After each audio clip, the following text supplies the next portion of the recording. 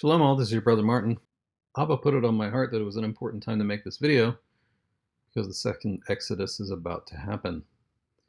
And there are parallels to the first one in the book of Exodus. And what's interesting is that this mirrors a number of conversations I've had with the Father. Many times when I ask him about situations, he compares them to situations with Moses.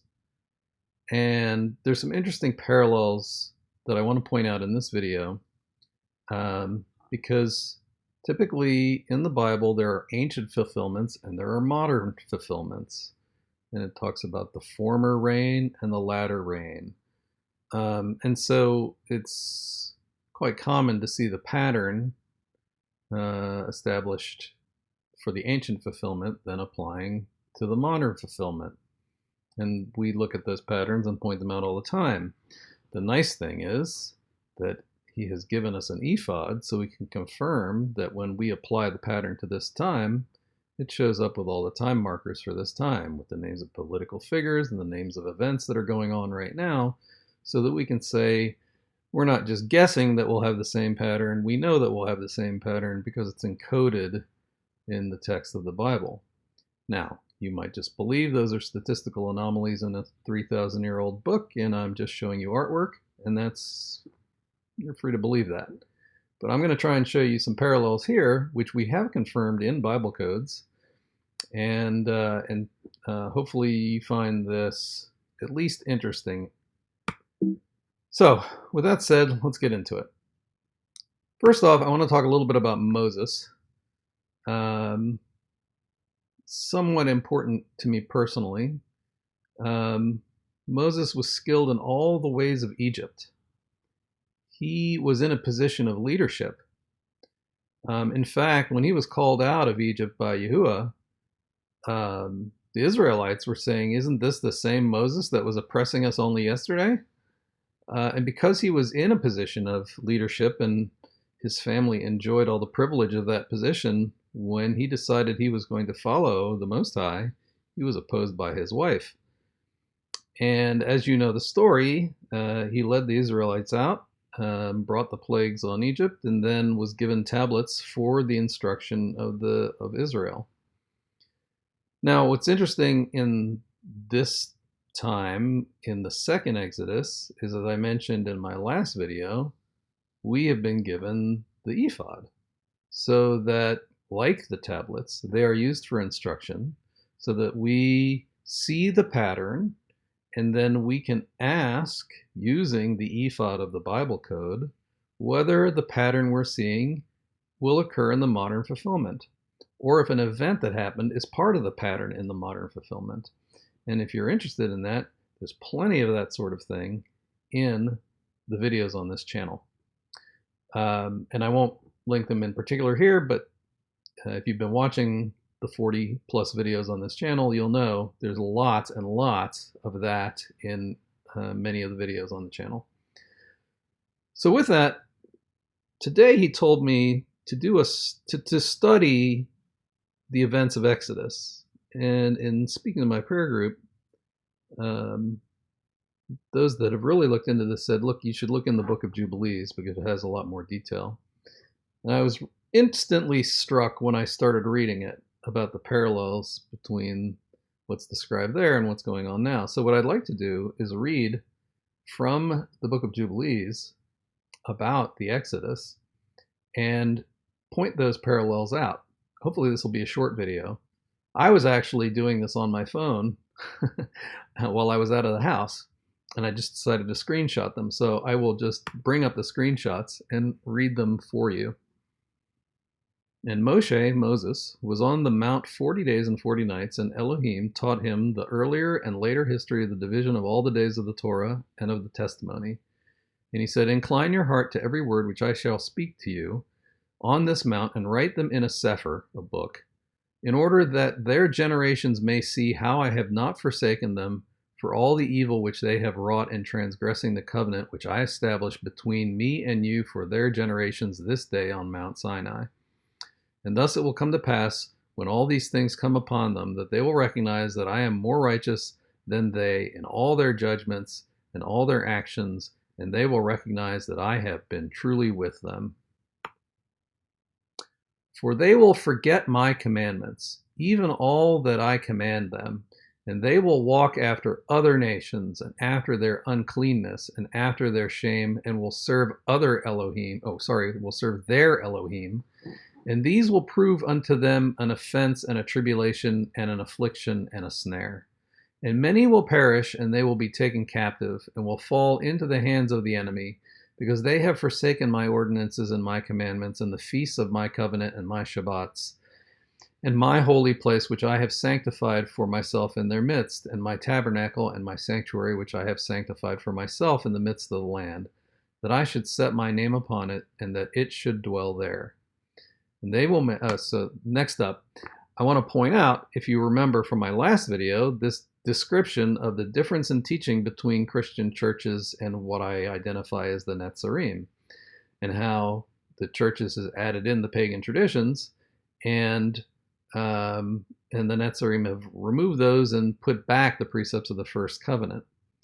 So in here it says, and they will make to themselves high places and Asherah poles and graven images, and they will worship each his own graven image so as to go astray, and they will sacrifice their children to devils and to all the works of the error of their hearts. Now, if you look at my video, I think I have 2 videos on Christmas being a pagan celebration, you will know that an Asherah pole is a Christmas tree. So he's saying here what will happen if you do look at those videos on Christmas in my channel, you will see the Bible codes that say the Asherah poles he's talking about is not only the ancient fulfillment, but the modern fulfillment in our day. And I will link a card to that video in the upper right hand corner, so that you can go and watch that, and it'll be linked in the description below. So continuing on, and I will send witnesses unto them, that I may witness against them, but they will not hear, and will slay the witnesses also. So, who's witnessing against what's happening here? Me. This channel has all of the witness against the evil in these days, including this pagan tradition that is with the Asherah poles, that you don't get told about in church, because in fact they're enforcing tradition. So part of what I claim, and the reason I left my church, is that the point of these institutions is to cause you to worship idols. Now, it's either by accident, which would be incredibly difficult to believe, or not. But these traditions are what nullify the word of Elohim, and he's telling you so here. And they will persecute those who seek the Torah, and they will abrogate and change everything so as to work evil before my eyes. And I will hide my face from them. This is the Ezekiel 4 curse that I talked about, where we will forget his name, and he will hide his face from us until the fullness of the Gentiles is complete. And I showed Scott Bunnell's Bible code showing that the fullness of Gentiles was complete in the year 2010. And I will deliver them into the hand of the other nations for captivity and for a prey and for devouring, and I will remove them from the midst of the land, and I will scatter them amongst the other nations. So this is in the ancient fulfillment, the lost sheep of the house of Israel, the 10 tribes of the northern house of Israel, went into the diaspora. And so he hid their face from them. They went into the diaspora, and because of this Ezekiel 4 curse, they have had his face hidden from them and forgot all of these traditions and invented their own traditions. So moving on, and they will forget all my Torah and all my commandments and all my judgments, and will go astray as to new moons and Shabbats and feasts and Jubilees and ordinances. And after this they will turn to me from amongst the other nations with all their heart, and with all their soul, and with all their strength, and I will gather them from amongst all the other nations, and they will seek me, so that I shall be found of them, when they seek me with all their heart and with all their soul. And I will disclose to them abounding peace with righteousness, And I will remove them the plant of uprightness with all my heart and with all my soul, and they shall be for a blessing and not for a curse, and they shall be the head and not the tail.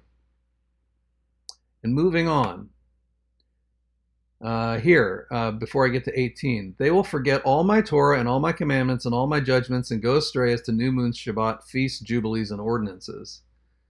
And this is exactly what I'm talking about.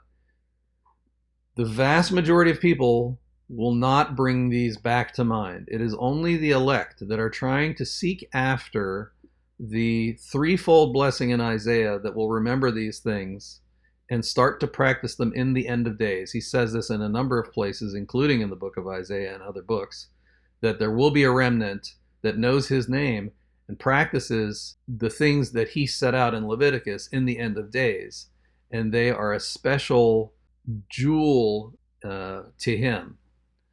So what I want to reinforce from my last video is it has nothing to do with salvation. What I say up there about the Lamb dying for your sins so you can have everlasting life, all you have to do is believe that he sacrificed his life for you. His blood is sufficient. No works are needed. That assures salvation. But it does not assure esteem in the kingdom. The reason the elect have done these other things is for his esteem. Certain have been called to do that. I'm just interested to point out that he's talking about the Exodus and how this applies in the modern Exodus that is to come. And I will build my sanctuary in their midst and will tabernacle with them and will be their Elohim, and they shall be my people in truth and righteousness. And I will not forsake them nor fail them, for I am Yahuwah Elohim. And Moshe fell on his face and prayed and said, O Yahuwah Elohai, do not forsake your people and your inheritance so that they should wander in the error of their hearts, and do not deliver them into the hands of their enemies and the other nations, lest they should rule over them and cause them to sin against you, which is exactly what happened. So Yahuwah Elohim knows all things and knows the end from the beginning. So he knew that this was going to happen, and he created this entire scenario with Messiah to give us a path back to him. So the whole point about him building a sanctuary in our midst is it wasn't just for ancient Israel. This is what happens in the 1,000-year reign that I pointed out a few videos ago. After the tribulation with the destruction and the delusion, we get to the 1,000-year reign, which is called Yahuwah Shema. And Yahuwah Shema means Yahuwah is there. So specifically, Jubilees 118, the modern day fulfillment of that will be the 1,000-year reign. And then, of course, after the final judgment and the great white throne, we will be with him for eternity. And so, this lifetime is a puff of smoke compared to eternity. And I hope that this word and some of the videos on this channel that show the code tables evidencing what I'm claiming here are a comfort to all of you. And with that, I will say what's coming next will be the thing between us and the 1,000-year reign that I pointed out in the last video. And if you are not taken up, then your job is to endure, because eternity with him is worth it. So with that, I will say shalom, brothers and sisters, and I will see you in the next video if there is to be one.